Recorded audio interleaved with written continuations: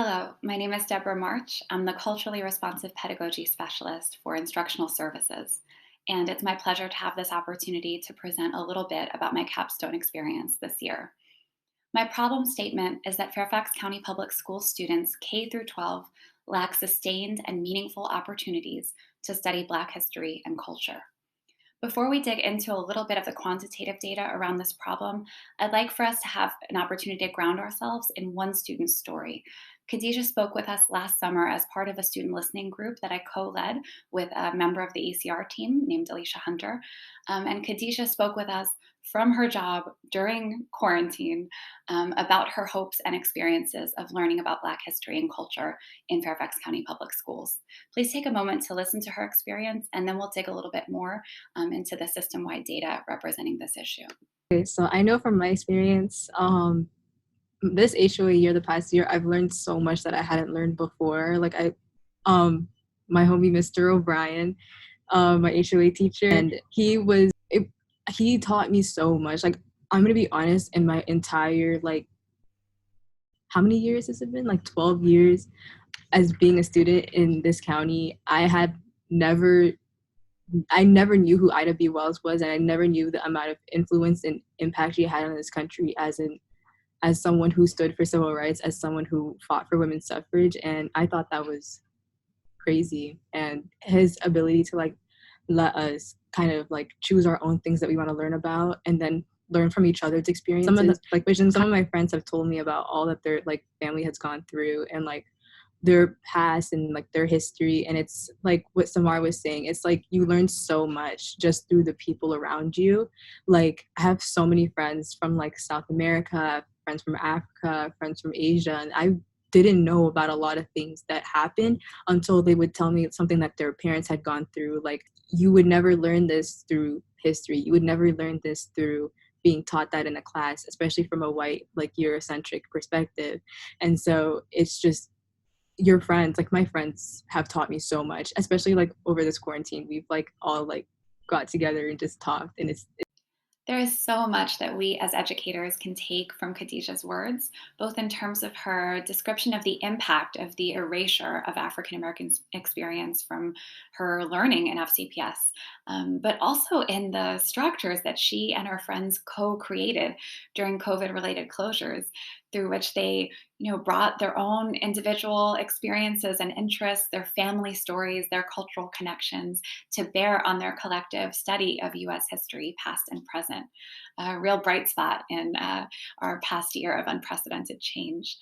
I take Khadijah's story as a lens through which to view the data that you're finding on this slide.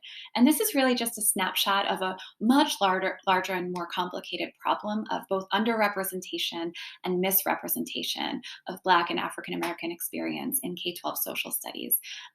If you look at Alexa Quinn's data, her study of the VDOE K through 5 social studies curriculum on the left, and you're noticing some data that speaks specifically to underrepresentation and erasure. It should be noted that her study focuses on the curriculum as it was written at the state level in 2019 and before. During the experience of my capstone, the state's African American History Education Commission's technical edits took effect, which are very important shifts at the standard level, as well as the essential knowledge of the way that Black history is taught in our U.S. history courses K through 12. So some of these numbers are not current, but the overall problems of underrepresentation and decontextualization that she names in this study continue to be a problem both at the state and local level, and of course within our classroom practices. And these are not the only ways in which curricular violence and harm shows up in teaching and learning about Black history, but these data are important markers for understanding some of the gaps and some of the ways in which state and local curriculum can drive instructional practices. There are many different actions that a leader could take in response to this problem. I chose one narrow, but I hope impactful avenue for change, which is to support the rollout of the new VDOE high school elective course in African American history. So my smarter goal is that by June 2021, 15 FCPS high school teachers will be prepared with the relevant knowledge, understanding, and skills to effectively teach the newly developed VDOE high school level African American history elective course at their schools. And my work for the capstone project really falls into three big buckets. One is professional learning. And so I worked with others to design and enact a spring 2021 academy course to prepare teachers of the VDOE African American History High School elective. I also worked a great deal in collaboration with FCPS Social Studies and Equity and Cultural Responsiveness to communicate with stakeholders to ensure that the course runs at our schools. This also involved coordination with VDOE and state leaders in social studies across various counties in Virginia. And finally, resource development. I worked with others, especially teachers, classroom practitioners, to develop high quality, centralized resources to support schools and teachers running the course. And when I proposed my capstone project, I had outlined certain strategic actions that I would undertake. And I did have the privilege of undertaking actions that went beyond that initial plan. And so when it comes to professional learning, for example, I've collaborated with division leaders to not only offer this academy course, but to offer a summer Black History Institute for all educators across our system in collaboration with university professors and state level stakeholders. When it comes to communication, I've had the privilege of working alongside the Virginia Social Studies Leadership Consortium, as well as the Social Studies team in the Virginia Department of Education to understand how best to share information about this course to leverage this unique opportunity to take a deep dive, long overdue, into Black history in our high schools. And finally, when it comes to resources, I participated in the VDOE's Carter G. Woodson Collaborative, which was a group of educators and scholars and museum practitioners who collaborated to create resources aligned to the African American History Education Commission's technical edits. And that was a privilege that allowed me to leverage some of that learning and that collaboration to bring to bear in my support for this elective course and systems level change. While I learned a great deal about leadership from all of this work, I'd like to use this presentation to take a deeper dive into the Academy course. I worked at the beginning of this capstone project with 10 FCPS educators, as well as community stakeholders, including current and former students and community members in diverse contexts. And we brought our identities and experiences to bear on the design of a course that we thought would serve our system's specific needs as it relates to teaching and learning about Black history at the high school level. And the 10 original educators I worked with have been working with me to facilitate this course this spring. Creating truly collaborative structures among people who had never met in person before was a significant leadership challenge for me as part of this project. But it was profoundly important, especially as a white leader focused on African American history in our K 12 social studies program. I knew that truly making space for power sharing and decision making across racial difference and across, the corporate hierarchy of our education system was a crucial component of a product that truly served our students and communities' needs. It became clear from our early collaborations that community stakeholders, including my co-teachers, really saw this course as an opportunity to take a dive into the local histories of African Americans within our community and state, as well as the global African diaspora, locating the long Black freedom struggle, as well as Black cultural production in African diasporic experiences, both in the transatlantic and around the world. Likewise, they felt very strongly that although it's called an African American history course, that the past and the present need to be commingled in the way that we design learning about concepts and systems. We also came to understand together that this is not just about content. The change that we hope to see, the change that our community deserves, is also about how we teach and learn.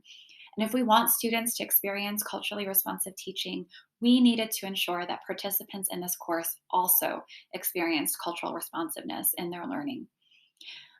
So that meant a lot of things about the design, but one clear, obvious choice was an emphasis on relationships, so that participants are invited to bring their whole selves into the learning, that their lived experiences and their funds of knowledge are assets in the instructional design, that we, as a professional learning community in this academy course, collaborate and listen in ways that encourage us to view each other as sources of knowledge. Not just the course text or the teacher as the source of knowledge, but each other. And finally, that we as facilitators must show up as learners rather than unquestionable experts or authorities. In terms of the curriculum design, we placed a strong emphasis on big concepts and essential questions so that we could all experience deeper learning in a survey course. There's always a danger in a survey course across centuries that there's this shallow content coverage. Instead, we privileged a deep dive into pre colonial West African societies.